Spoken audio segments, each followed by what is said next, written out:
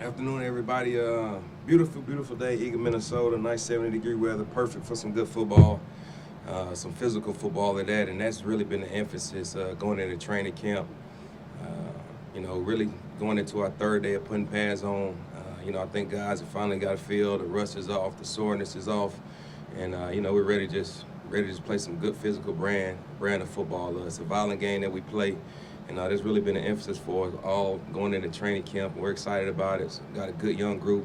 I think I mentioned it during the off season, just in terms of the floor. Our floor talent has truly raised. And when you raise the floor, the ceiling also goes higher.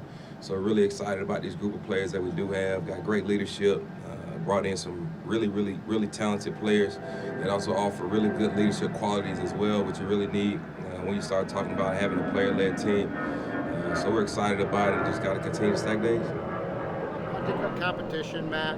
Like, is this an actual competition between Wright and Yes. and Oscar? Yeah, absolutely, absolutely. And I think when you look at it, it's probably been one of the most unique ones. Obviously we've had some punter competitions in the past, but this one is a little bit different with Oscar being an Aussie guy. When you start talking about the various punts that he's able to hit and how he's able to kind of show one way, hit the other. He truly offers difficult balls for returners to be able to hit. He's got a lot of leg talent that you appreciate. And, there's going to be a learning curve when you're a rookie in this league. And so he got some catch up to do on that end. But just from a pure leg talent standpoint, I really like where he's at right now. What have you seen so far from Rondale Moore as a punt returner? Obviously, he did it early in his career, but not so much in recent years. Yeah, for sure. Rondale hasn't done it since 2021, but it's good to see. Obviously he's coming back from a major injury with a dislocated kneecap, and the explosion is still there. The confidence is there. The ability to track it and catch it is still there, which you're really excited about. You talk about a guy who can race for the edge, really press the perimeter of defenses and cover teams. I think he's just got to get back into the field of things, and we really got to start trying to get him some live reps just in terms of the decision making. Understanding though, if I got a short ball, do I feel good about navigating through traffic to go get it? Whereas, petering it, getting bodies away from it, that way we're not preventing any type of muffs or touch balls on our end. So that's really kind of where he's at right now. But love the confidence that he's having. He's coming up, meeting every other day, just kind of going over how can we handle certain situations, what does he like in terms of, schematics of where he wants to go with the football, and really trying to understand and getting to know and build a good relationship and connection with, who's going to be blocking for him out there. So we're in a really, really good spot right now. Stood out to you returner-wise, whether it's punt or kickoff return?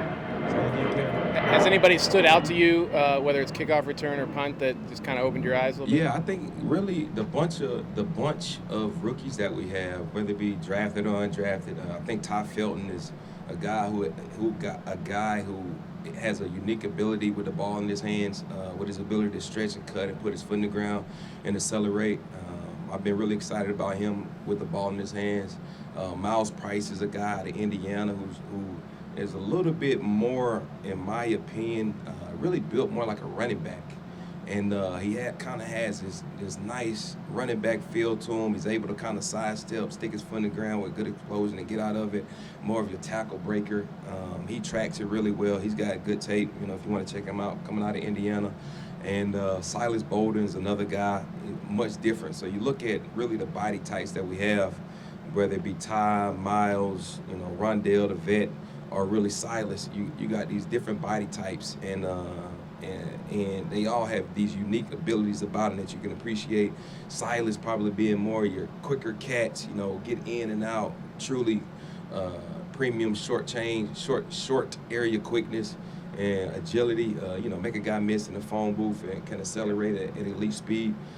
So it's going to be a good competition back there, just in terms of, who's going to be the returner in the kickoff phase and the punt phase. Coach, what do you want to see Will Riker work on in training camps as far as his field goals?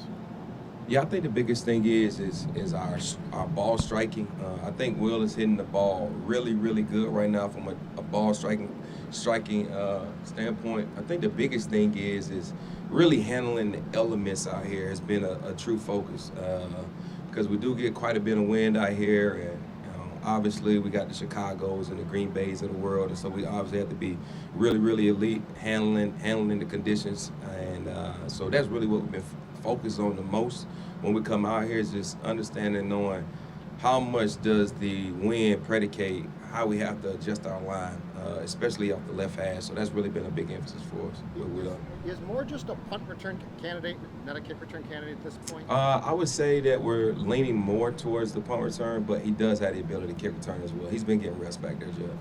Matt, down the line, is Isaiah Rodgers a possibility at all as a Yes. returner? Yes, absolutely. Absolutely. I don't even know if it's down the line. I would say week 1.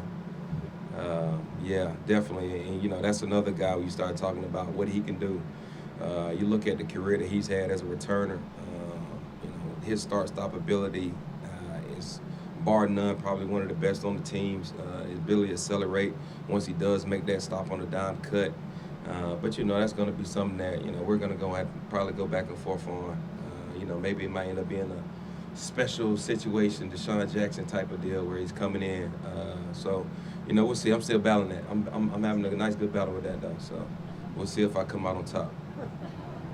Yeah, with Ty specifically, Felton, you talked about his ability as a kick returner, but he was talking about being a gunner. Just where do you see him kind of fitting in on special teams as a whole? Yeah, good question. You know, when I first watched him in college, I saw him very similar to Jalen Naylor. Just in terms of being able to come in and, you know, Speedy was probably more of a punt returner in college than he was a kick returner, whereas Ty probably leans a little bit more towards a kick returner and probably has just a little bit better rack yardage from that standpoint. But the explosion, the ability to tackle, you watch the tape, he plays with his hair on fire, he's physical. He plays a violent brand of football, especially when you start talking about it being at the receiver position, not afraid to stick his nose in there. You know, he's really going to be more that Swiss Army knife that we're going to be able to use to where you feel great about him on kickoff. You feel even better about him as a kick returner. His ability to go out and win one-on-one matchups at the gunner spot is, you know, you like your odds on one-on-one matchups, and you like him even more in two-on-one matchups, if we're being honest. And, you know, he's a guy that teams are going to have to really prioritize in the game plan